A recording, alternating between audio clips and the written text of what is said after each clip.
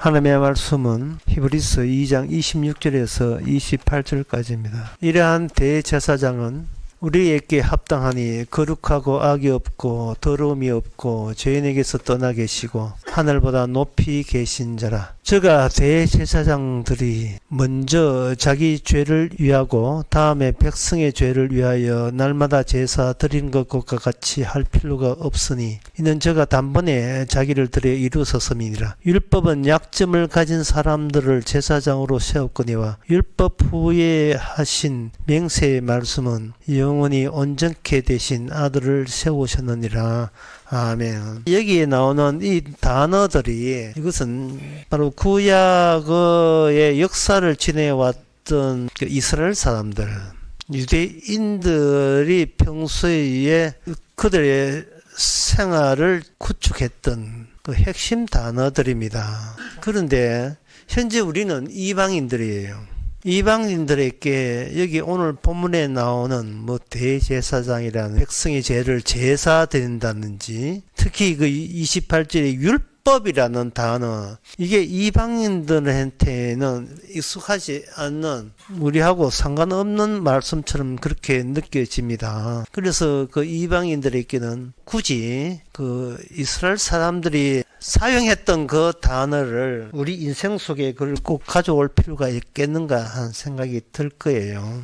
그래서 이런 율법이라는 제사장 그거 빼고 바로 직접 다이렉트로 예수님을 구세주로 받아들이면 구원이 되지 않겠느냐 하는 이 요령 같은 것이 발생됩니다. 그런데 이 히브리서 오늘 본문은 예수님에 대해서 소개하면서 이스라엘 역사 속에 통용되는 제사장이라는 것, 율법이라는 것을 안에서 그것을 단어를 개념을 구성해서 예수님을 소개하고 있습니다. 그래서 우리는 이 본문에 다가가기 위해서는 도대체 이스라엘 사람, 유대인이죠. 이스라엘 사람과 이 이방인 우리와 차이점이 뭔가를 우선 생각해 봐야 됩니다. 이스라엘 사람과 이방인의 차이점은 이스라엘 사람은 하나님이 함께 했던 민족입니다. 그에 반면에 이방인들은 하나님이 찾아온 적이 없는 민족이 이방 민족이에요. 우리 민족이에요. 하나님이 찾아왔다는 것은 율법을 가지고, 하나님이 빈손으로 찾아온 게 아니고 율법을 가지고 이스라엘 사람에게 찾아왔고, 우리 이방인들은 하나님이 안 찾아왔기 때문에 자기가 인생 살아가는 것을 자기의 자아를 끄집어내어서 이 자아를 견제하고 지키겠다는 일념으로 살아가고 있습니다. 쉽게 말해서 내 수고가 내 한 것들을 지킬 수 있다는 믿음에서 몸 빠져나온 것이 이방인들이에요. 내가 하는 노력이 나를 지킬 수 있다. 나 아니면 아무도 나를 안 지켜준다. 이게 이방인들이에요. 그런데 이스라엘은 율법을 지키면 우리는 하나님께서 우리에게 복을 준다. 이게 이스라엘입니다. 그런데 그 율법을 지켜서 하나님의 복을 준다는 그들에게 그 율법이, 하나님이 함께하는 율법이 그 이스라엘에게 무엇을 요구했느냐 하면은 제사를 드리라고 요구했어요. 제사를 드리려면 대제사장이 필요하고, 대제사장뿐만 아니라 제사장이 필요하고, 그 제사장들은 부지런히 하나님이 시키는 대로 그 성전에서 또는 예전에는 청막에서, 후에는 성전에서 제사를 드렸습니다. 드렸는데 결과가 어떻게 되는가? 똑같아요. 똑같이 돼버린 겁니다. 그러면 이스라엘 사람들이 율법을 받았을 때, 야, 하나님께서 우리에게 친히 율법을 주셨기 때문에 이거 지키면 우리는 복받고 나중에 천국 간다, 천국에 산다, 이렇게 희망을 가졌는데 그게 실패로 끝났습니다. 끝난 이유가 28절에 나옵니다. 율법은 약점을 가진 사람들을 제사장으로 세웠거니와 이래 있어요. 하나님의 율법이 들어올 때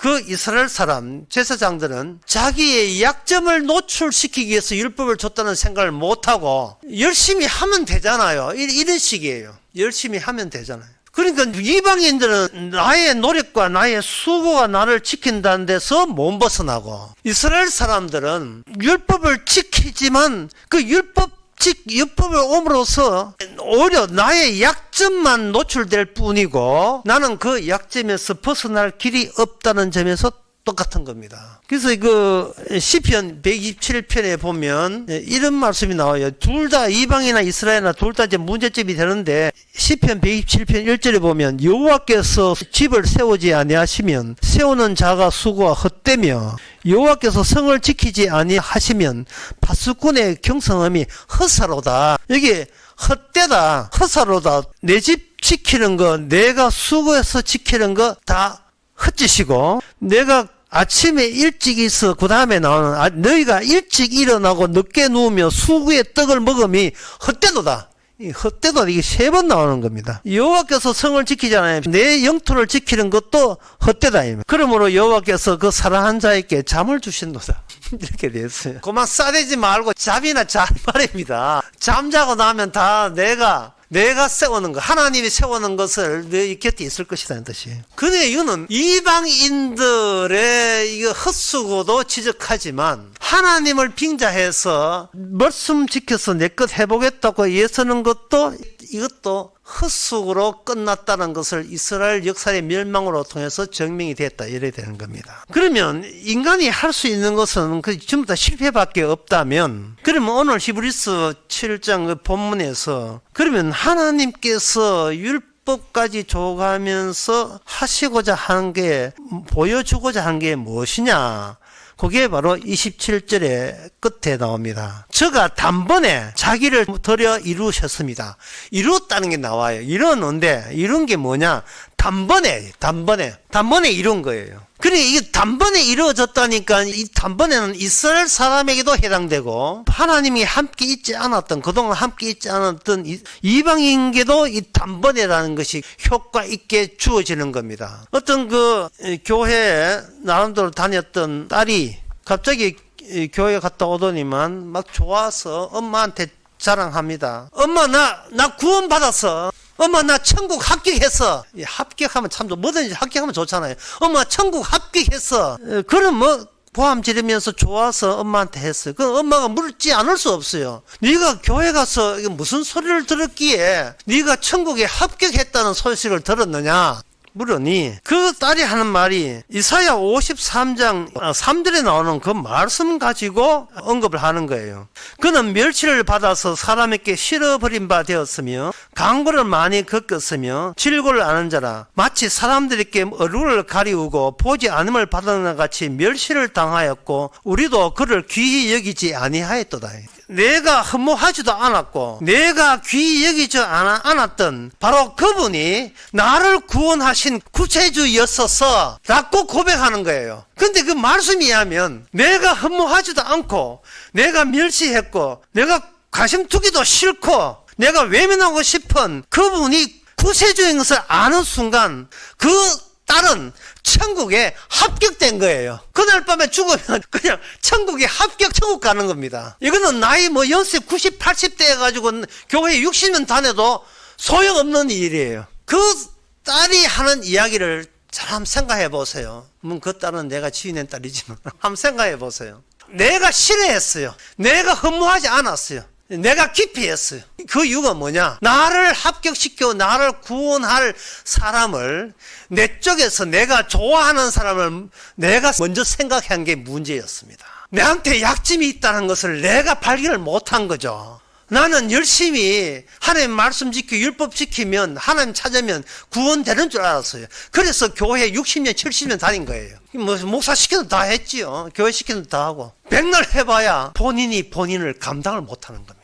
추가되는 요구사항, 추가되는 이 법적인 그러한 질책, 자기가 자기를 패는 자기 평가, 이거는 말씀대로 산다는 것이 너무나 이 땅에서 힘들죠. 그런데 이방인도 마찬가지, 율법을 성경을 모르는 이방인도 마찬가지예요. 이방인도 자기 감당이 안 돼요. 자기 감당하는 게 너무나 위험해요. 이 땅에서 인간이 자기 감당이 너무 위험하고 그러면 죽으면 되잖아요. 죽는 것이 더 위험해요. 왜냐? 죽어버리면 내가 할 수 있는 선택의 기회는 모든 그걸로 끝나기 때문에 제대로 선택도 못하고 주저하면서 머뭇거리다가 사는 이유도 모르면서 그것도 알지도 못하면서 머뭇거리다가 제한 시간 끝났습니다.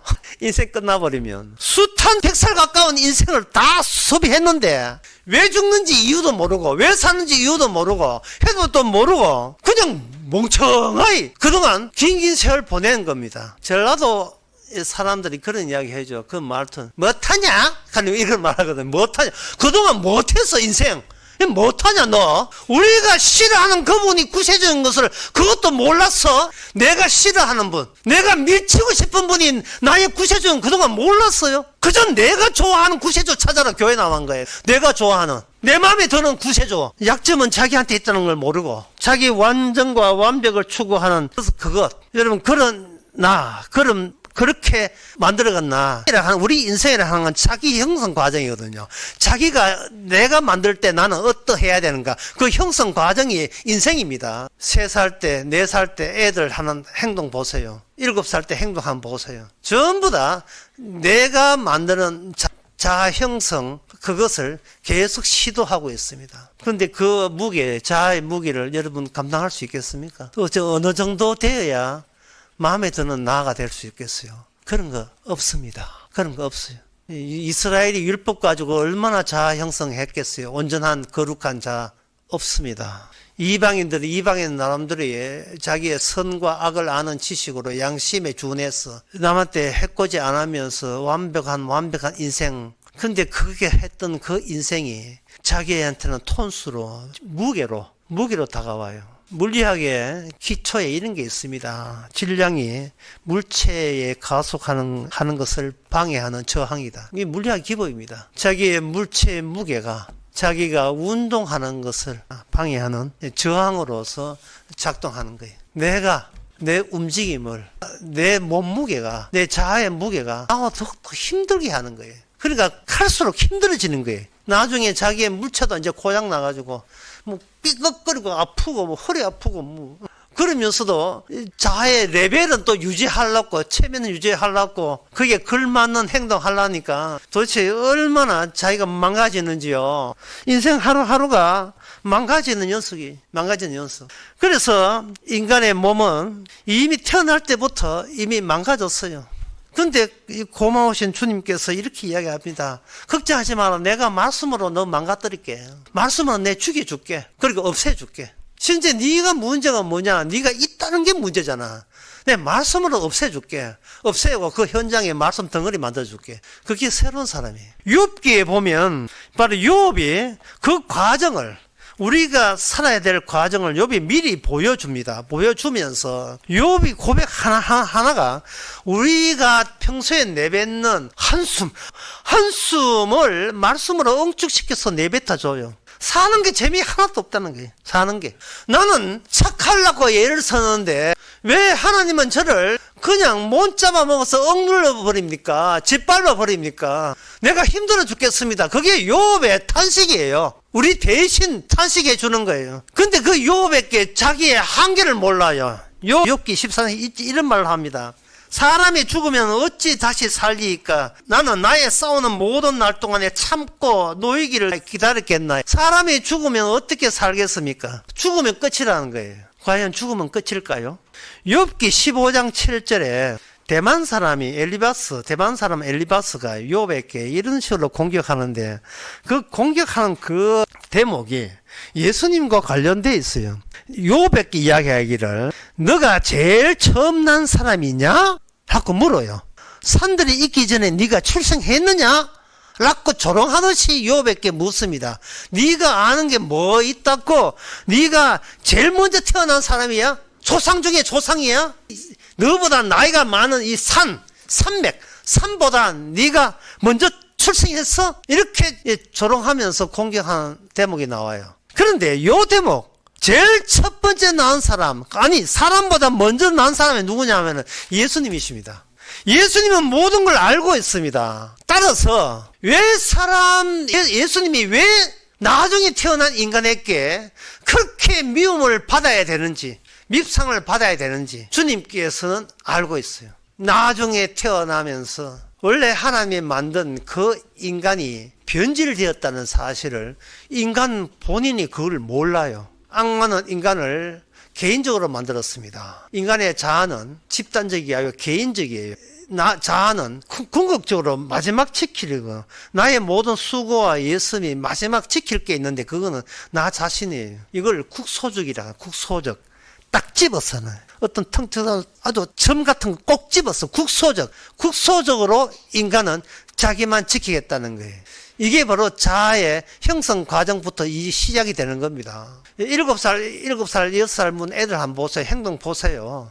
국소적이에요. 자기밖에 몰라요. 그래서 이 우주의 목적, 세상의 목적, 하나님은 어떻게 그런 건 몰라요. 일시적으로 뭔가 일을 벌리고 그 일을 벌린 상태에서 그 다음 일을 생각하는 거예요. 전체를 먼저 생각하고 자기를 생각하지 못하고 자기가 할 수 있는 것부터 시작해놓고 그 다음에 내가 내 자아를 지켜내기 위해서 또 뭘 움직일까라고 나오는 겁니다. 이게 바로 인간의 삶입니다. 여기에 동원되는 것이 두 가지 요소인데 하나는 시간적 요소와 또 하나는 공간적 요소, 두 개의 요소가 들어와요. 지금 오늘은 요거 했는데 내일 뭐 하고? 시간적 요소이죠. 공간적 요소를 하는 것은 요게 지금은 내 영토인데 내 영토를 보다 확장하려고 하면 또 무슨 일을 해야 내가 살 수 있는 이 자아가 건재할 수 있는 요 공간을 확장시켜 보는가. 그 두 가지. 장사하는 사람이 어떻게 하면 장사를 잘해서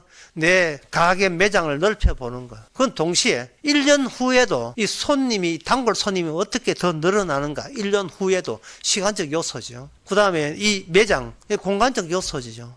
공간적 요소, 시간적 요소 안에서 자아를 더욱더 키워나가는 자아 형성의 요소만 인간들은 생각하고 있을 뿐입니다. 그리고 그걸 합해서 국소적이다. 딱 하나의 장소에 집착하는 그러한 사고방식입니다. 그게 인간들의 모습이에요. 그런데 성경 말씀은 어떻게 해요? 국소적의 반대말이 글로벌이라는 이걸 평균화 시켜버렸어요. 너 말고 다른 사람하고 해가서 평균화 시켜버렸습니다. 보편화 시켰단 말이에요. 보편화. 글로벌이라 하는 것은 세계적이다. 그러니까 크게 범위를 넓혀버렸어요. 넓혔을 때 모든 인간은 죽어마땅한 거예요. 율법에 의해서, 말씀에 의해서. 율법을 준 것은 어떤 인간이든 다 약점을 지녔다는 거예요. 그러니까 이게 율법은 개인의 사정을 봐주는 게 아니고 인간이라는 전체를 한꺼번에 다 적용이 되는 내용으로 율법이 주어진 겁니다. 모든 인간은 주님 앞에 율법 약점을 지녔다. 어떤 약점이나 더럽다 이 말입니다. 더럽다. 버려야 될 거다. 하나님 보시기에 이거는 필요치 않아서 저 지옥으로 갖다 버려야 될 거다 이런 뜻이에요. 그걸 국소화의 정신에 빨려있는 우리들은 그걸 모르죠. 그걸 인정을 안 하죠. 그렇게 이야기하는 사람이 밉지요. 싫어버린 바 된 거예요. 그런 말하는 사람은 깊이 하기 싫은 거예요. 그런데 그분이 우리의 구세주예요. 국소에 빠져 있다가 주님이 보시는 안목으로 바뀌어진 겁니다. 평균치. 갈릴레오라는 사람이 최초 등장한 물리학자인데 그 사람이 이런 발언을 했어요. 이런 쪼로 이야기했죠. 이런 쪼로 한 권의 책과 한 장의 종이를 위에서 높은 데서 띄어 던지면 어떤 것이 빨리 떨어지겠는 거예요. 사람들은 두꺼운 책과 나풀거리는 한 장의 종이 그야 당연히 한 권의 책이 더 빨리 떨어진대. 갈릴레오 그 사람은 똑같이 떨어진다 했습니다. 똑같이 떨어진다. 공기의 저항이 없이는 똑같이 떨어진다. 모든 인간은, 약점을 가진 인간은 똑같이 지옥 갑니다. 똑같이 죄를 안 지어나 죄를 지어나 율법의 입장에 보면 모조리 다 약점을 가진 평균화된 존재에 불과해요. 평균화됐다는 것은 개성이라는 것은 용납하지 않겠다는 뜻입니다. 그것을 율법을 먼저 받은 이스라엘이 그걸 눈치챘어야 됐었어요.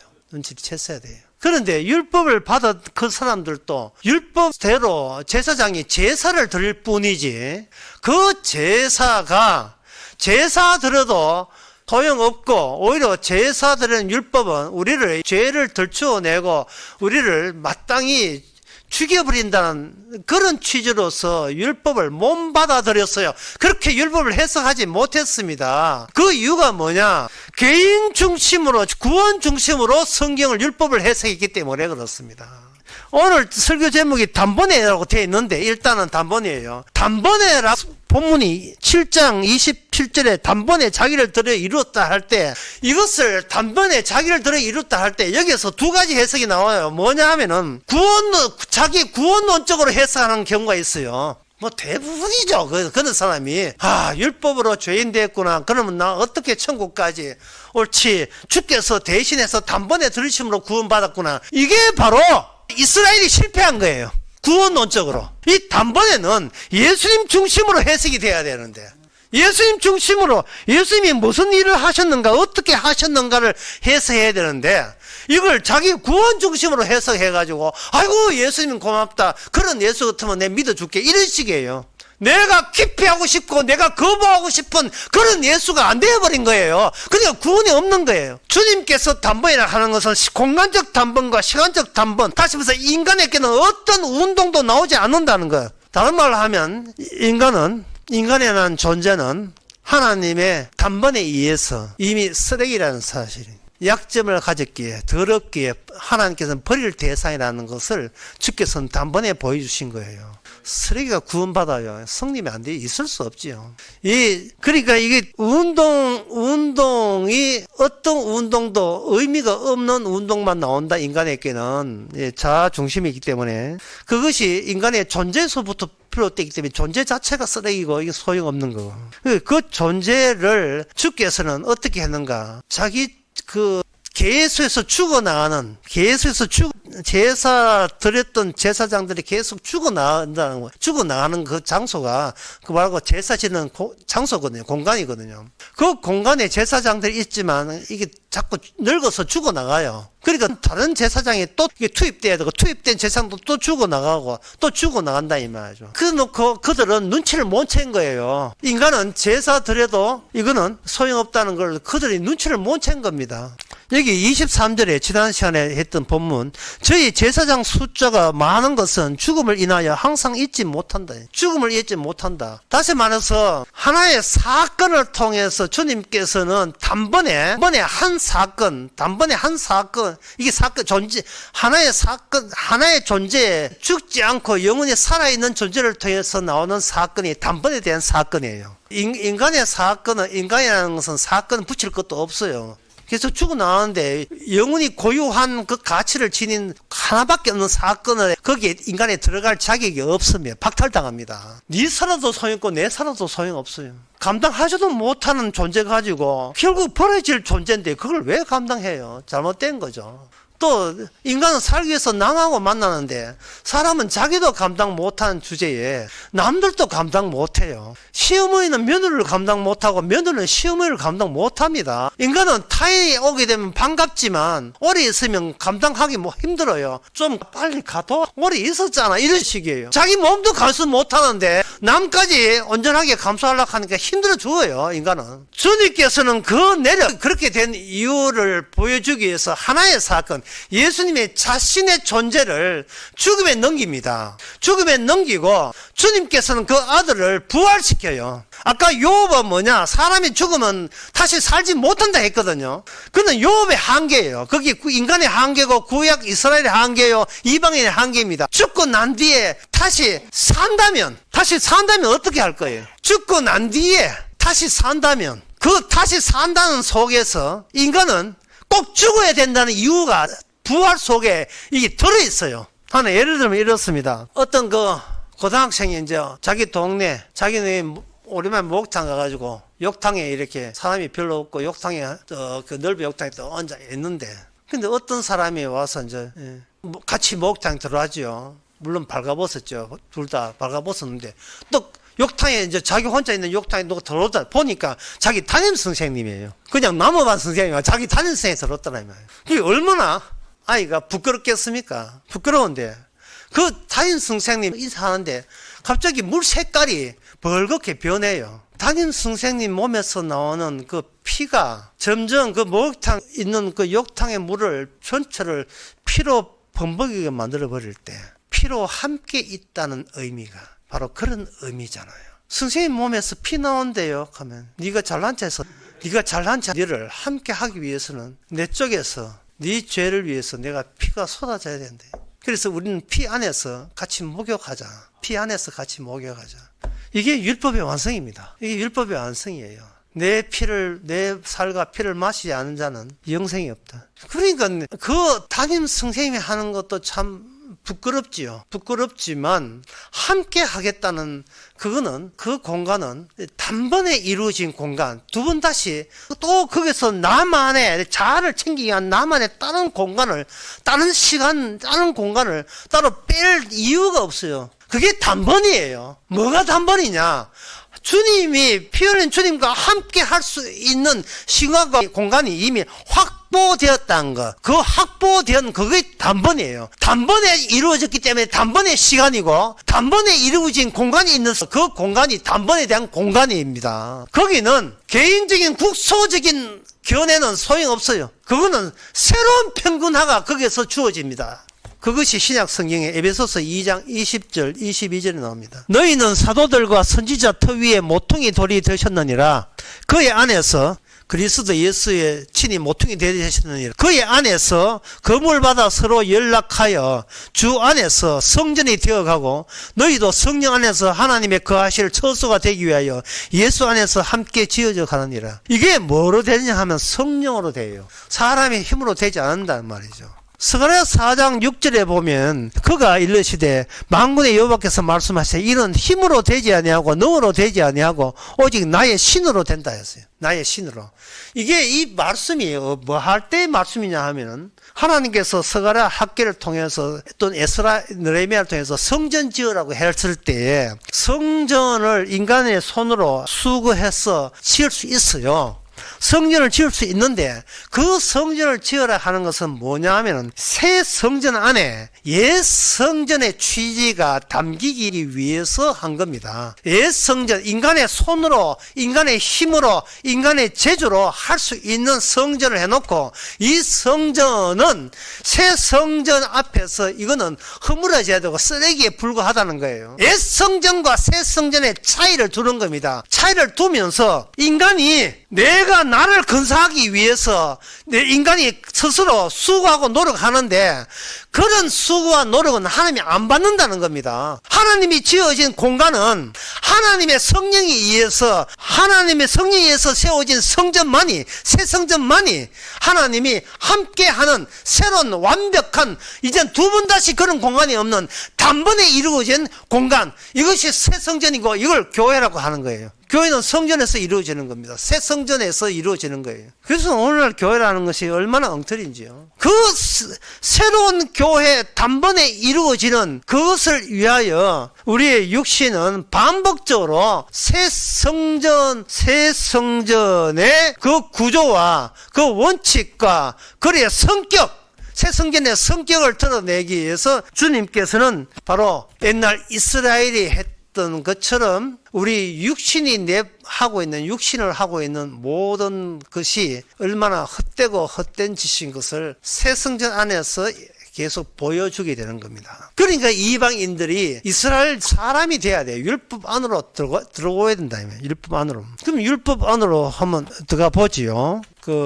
에스겔 43장 11절 이런 말씀 나옵니다. 만일 그들이 자기의 행한 모든 일을 부끄러워하거든 너는 이전의 제도와 식양과 그 출입하는 곳과 그 모든 형상을 보이며 또 모든 규례와 그 모든 법도와 모든 윤리를 알게 하여 그 목전에 그것을 써서 그들로 모든 법도와 규례를 지켜 행하게 하라. 그 전의 법은 이러하니라. 이래 됐어요. 무슨 말이냐 하면 이 율법을 가지고 이미 새로움이 단번에 다 이루어진 입장에서 율법을 가지고 그들에게 다시 모든 걸 보여주는 거예요. 보여주면 그것은 그들을 하여금 부끄럽게 만드는 거예요. 인간의 치명적인 약점이 무엇인지 내가 원하는 예수, 내가 원하는 구세주, 내가 원하는 삼위일체가 이게 마귀가 그렇게 나를 그렇게 조장해 가고 있다는 것을 발견하는 거예요. 내가 흠모하고 싶지도 않은 분이 나의 구세주인 것을 모르고 나를 좋아하듯이 내가 좋아하는 그의 연장선 위에서 좋아하듯이 내가 좋아하는 메시아를 내가 찾고자 했던 이 모든 시도가 그동안 교회 나오면서 50, 60년 다닌 시도가 이게 바로 나를 지옥으로 보내게 했다는 지옥을 가게 촉구하고 있었다는 사실을 발견케 하는 겁니다. 교회뿐만 그렇게 했어요. 이 세상의 직장생활도 마찬가지 아닙니까? 직장생활을 왜 합니까? 나를 부끄럽게 하지 않기 위해서 직장을 하잖아요. 그런데 하나님의 말씀은 뭡니까? 반대예요. 너를 부끄럽게 하기 위해서 말씀을 준다는 게 너를 부끄럽게 하기 위해서. 그게 바로 옛 성전의 기능이에요. 하나님 보시기에는 우리는 쓰레기 같은 존재입니다. 그래서 새 성전의 특징은 뭐냐? 그 쓰레기를 계속해서 만들어내는 거예요.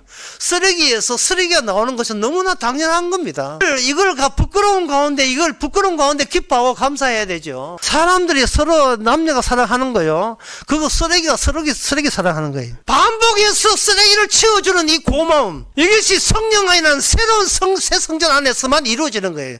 단번에서만 이루어지는 거예요. 단번에서만. 예수님이 살아있다는 것은 예수님과 함께 있는 사람도 살았고, 함께 있는 사람은 쓰레기 모습으로 계속 드러내면서 살아있는 거예요. 쓰레기 모습을 드러내면서. 그러니까 감사와 기쁨이 계속 살아나는 거죠. 국소적이고 개인적인 것은 없습니다. 그리스도와 함께 있기 때문에 모든 것이 평균적이고 보편화된 새 성전 안에서 보편화된 겁니다. 예수님께서는 이 점을 이미 말씀을 통해서 예언을 했었어요. 차분하게 처음부터 조금씩 십자가 갈 때까지 그 과정 속에서 조금씩 이러한 내용을 분명히 말씀을 해 주셨고, 그것이 이렇게 성경에 보면 나와 있어요. 요한복음 4장 14절에 그 사마리아 여인에게 분명히 이야기했습니다. 내가 주는 물은 먹는 자는 영원히 목마르지 아니하리니 나의 주는 물은 그 속에서 영생하도록 솟아나는 샘물이 되리라. 영생이 물로서 샘물로서 나온다는 거예요. 영생이 계속해서 나를 우물로 사용해서 끊임없이 계속 솟아난다는 겁니다. 그 물이 솟아난다는 것은 단번에 대한 사건이 내 안에서 계속해서 단번 자체가 반복이 된다는 건데, 무엇이 단번이냐? 바로 함께 함께 살아난 일이 반복되는 거예요. 따라서 그 시작은 뭐냐? 우리는 말씀에 의해서 반복해서 우리가 죽어 없어져야 돼요. 내가 죽어 없어져야 돼요. 인간은 자기가 죽어 없어지는 것을 못 견디하지요. 그러니까 주께서는 죄를 지적하면서 네가 너에 대해서 부끄럽게 좀 생각하라. 그래서 네에 대해서 어떤 집착이나 아주까지 어떤 미련을 갖지 마라. 네가 너를 변명하지 말고 너를 방어하지 말라. 부끄럽지도 않아 인간아 하면서 계속해서 그런 상황 속에서 일으켜 주는 겁니다. 말씀을 네 속에 담지 말고, 말씀이 들리면 너를 죽여야, 썩이로 만들어야 비로소 말씀이 네 안에서 나타나는 거예요. 지도 괜찮은 주제, 지도 괜찮다고 얘기하면서 말씀 이야기하는 거, 그거 좀 사기입니다. 나 이렇게 말씀 많이 한다, 신앙 많이 한다, 사기입니다. 그래서 네가 부끄러워서서? 아니, 그거는 사기지요. 네가 쓰레기 값을 한다고. 그래서 예수님이 그런 이야기 할 때 사마리아 여인은, 이게 요한복음 4장 사마리아 여인 할 때예요. 네가 남자 5명 사귀었잖아. 이제 다 헤어지고 지금 사귀는 사람인데 6번째 남자제 하니까, 이것은 그 사마리아 여인으로서는 누구한테도 이야기하지 않은 자기의 치부, 부끄러운 부분이라고 해서 꽁꽁 숨겨 나왔는데, 이제 영생하는 물이 나오면서 같이 그 쓰레기 같은 그 짓이 같이 툭 튀어나온 거예요. 같이 나온 거예요. 그런데 그 점에 대해서 사마리아 여인이 어떻게 하느냐? 내가 알지 못하는 새로운 메시아를 만났다. 내가 원했던 메시아가 아니고 메시아가 나를 원했어. 이제 쓰레기 내 앞에서 쓰레기 노릇 많이 하라고 주님께서 원했을 때 신받다 하는 식으로 메시아 만났다고 물길로 물동에 가서 버려두고, 물길로 온 것도 몰라요. 다 자기를 잊어버렸어요. 자기 동네에 가서 메시아 만났다고 외치고 있습니다. 정신없이 미친 사람이 갑자기 졸지에 미친 사람 되어버렸어요. 요한복음 7장에 보면 이제 주님의 말씀이 더 심화됩니다. 다시 말씀드리면, 말씀은 우리로 하여금 우리의 약점을 노출시키고 우리의 부끄러움을 노출시켜서 우리를 죽여서 없애는 기능, 우리 자아를 없애는 기능, 그리고 없애고 그거에다가 말씀의 덩어리체, 우리 덩어리를 고백하는 새로운 사람으로 만드는 그 작업을 말씀이 하십니다. 물론 성령께서 말씀을 가지고 하십니다. 요한복음 7장에 보면 드디어 성전을, 어떤 합류하는 공간을, 단번에 대한 완성된 공간을 이제 생각하면서 합니다. 37절에 명절 끝날에 예수께서 외쳐가라사대 누구든지 목마르거든 내게서 와서 마시라. 나를 믿는 자는 성경의 이름과 같이 그 배에서 생수의 강이 흘러나리라. 생수의 강이 흘러난다는 말은 에스겔 43장에서 언급했듯이 43장, 44장 계속해서 언급한 게 있어요. 그게 뭐냐 하면 40장부터 41장, 42장, 43장 계속해서 나오는 그게 뭐냐 하면 새 성전 성전의 건축에 대해서 언급하고 있는 건데, 새 성전 건축에 대해서 언급하고 있는 거예요. 그리고 47장에 보면 그가 나를 데리고 전에 이르네, 전면에서 동을 향하는데 그 문지방 밑에서 물이 나와서 동에서 흐르다가 전 우편 남편으로 흘러갔더라. 그 발목을 찼다가 다시 무릎에 오르고 물이 허리에 오르면서 나중에 강같이 되어서 헤엄쳐도 건너지 못할 만큼 강이 흘러가는 거예요. 그러면 새 성전, 사람이 지어진 새 성전은 뭐냐? 물이 안 나와요. 물이 안 나오니까 요한복음 그 7장에 보면 유대인들이 초막절 날 실로암에서 물 길러다가, 물이 안 나온 성전에다가 물 나오는 폼을 잡는 거예요. 그 행사를 한 거예요. 초막절 행사를 하는 거예요. 그럴 때 주님께서는 잘라도 말씀 안 합니다. 뭐하냐? 이런 식으로. 너희들 뭐 하고 있죠? 물이 안 나와요. 물이 안 나온다고. 그래서 물이 안 나와서 물 길에다가 물 붓고 있어요. 지금 소방 연습하고 있어. 하시면서 새 성전은 인간의 손으로 지은 예배당에서 나온 게 아니에요. 인간의 손으로 지은 이 예배당에서 나온 게 아니다. 인간의 손이 추가된 곳에서 나오지를 않아요. 인간을 죽여버리고 인간을 없애버리는 그 현장에서 나오는 거예요. 그것도 단번에 나와요. 그게 뭐냐? 성령에 의해서 새 성전에서만 나오는 겁니다. 새 성전에서 나오는 그 육신에서 영생의 물이 계속 나와요. 영생의 물이. 요한복음 7장 39절에 이는 그를 믿는 자의 받을 성령을 가르쳐 말씀하신 것이라. 예수께서 아직 영광을 받지 못하신 고로 성령이 아직 거의 저희에게 계시지 아니했다. 영광을 받지 못했다는 것은 예수님께 행할 단번에 사건, 죽었다가 부활한 사건이 아직 이루어지지 않기 때문에 그 단번을 반복할 그런 인간의 육을 이길 영의 힘이 아직 자기 백성에게 이르지 못했다, 그런 뜻이에요. 이것이 바로 새로운 기준점입니다. 새로운 기준점이에요. 인간이 인간하고 비교하는 기준점이 아니고 인간이 예상 못한 기준점, 흠모할 것도 없고 실어버린 바 된 그분의 기준점, 그분의 기준점으로 다시 자기를 바라볼 수 있는 게 성령의 안목, 성령 받은 자의 안목이며, 그 사람은 새 성전 안에 거하고 있는 사람이에요.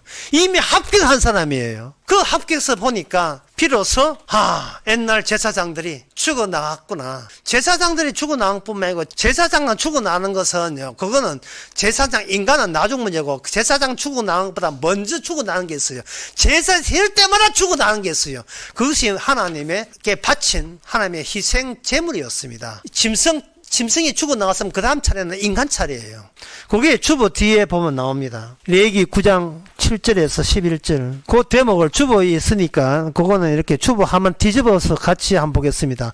그가 또 아론에게 이르되 너는 단에 나아가 내 속죄제와 내 번제를 드려서 너를 위하여 백성을 위하여 속하고 또 백성의 예물을 드려서 그들을 위하여 속하되 무릇 여호와의 명대로 하라. 이에 아론이 단에 나아가서 자기를 위한 속죄제 송아지를 잡아매 아론의 아들들이 그 피를 아론에게 받들어 주니 아론이 손가락으로 그 피를 찍어 그 단불에 바르고 그 피는 단 밑에 쏟고 또 속죄제 희생의 기름과 콩밥과 강 끝풀을 단 위에 불사르고 여호와께서 모세 명같이 그 고기와 가죽은 짐 밖에서 불사른다. 짐 밖에서 쓰레기가 나오는 거예요. 쓰레기가 희생제물 들 때마다 쓰레기가 계속 생산돼서 그건 어디나 진 바깥으로 쓰레기가 되어 나오는 거예요. 히브리서 13장이 바로 그 대목이 나옵니다. 13장에 보면 죄를 위한 희생의 피는 제사장이 가지고 성소에 들어가고 그 육체의 영문 밖에 불사름이 되리라.